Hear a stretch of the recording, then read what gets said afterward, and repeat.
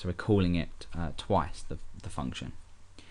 Okay, so now what we want to do is we want to place this result, which now equals the return data of validate email, into our email feedback span. So email feedback text result. And we can do the same thing just down here. Email feedback dot text result. So as I mentioned earlier, slightly inefficient because we're calling the function twice and then using this twice to put the same thing in. You could take this and apply it to another function. That would be slightly more efficient because then you'd only have to again call this function again.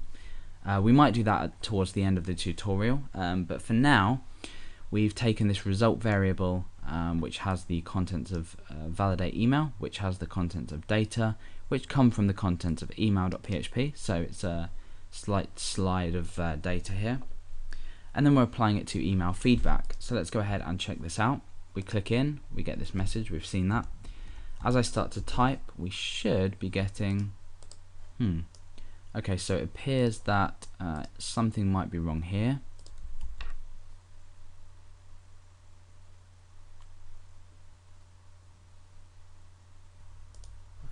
Okay, so let's have a look here. Okay, so I've returned this data just inside of here. So let me just put that down there because we were returning it inside of this function here, which in turn wasn't giving us this result value we needed from the function. Let's go ahead and test that again then. So I click in here and I start typing, and we should be okay. So let's go ahead and do this another way. Let's pull this function down here, and let's in here create a variable called data returned, and that equal to data, and then we'll return data returned, and we'll just double check everything here. So yeah, okay, let's see if this works.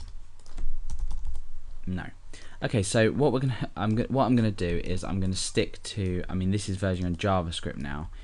You should be able to see how lazy jQuery makes me. What I'll go ahead and do is I will just take the result here that we did before, or take this email feedback selector. Let's get rid of that. And let's get rid of the var in front of this validate email function. Okay, so I'll just go and explain what we are doing. Now what we're actually doing is removing the returned value of this function, and I'm just calling the function itself. Now once the data has been returned, I'm going to go ahead and use a selector to select the email feedback span, and then apply text inside here, which is the return data. So the validate email function returns the data to this email feedback span. So let's go ahead and try that. You can see I've just started typing and I've typed Alex, and we have the text that doesn't appear to be a valid email address. Then I go ahead and continue typing, and we retrieve this valid email address message. Then when we come away from it, you see that it disappears. However, when we come back, it revalidates it. So if, for example, it was just Alex at, as soon as we click on here, it revalidates the text inside of there. Okay, so we've looked at a basic concept of email validation. Obviously, if you were using this for every form field, it would be inefficient. So some kind of function that you would create to validate forms based on their type would be better in this case. However, in this we've just demonstrated posting data to our email.php file from Ajax using our post HTTP request, and essentially then returning the data and putting it into an HTML element here. So that's just some basic email validation in jQuery.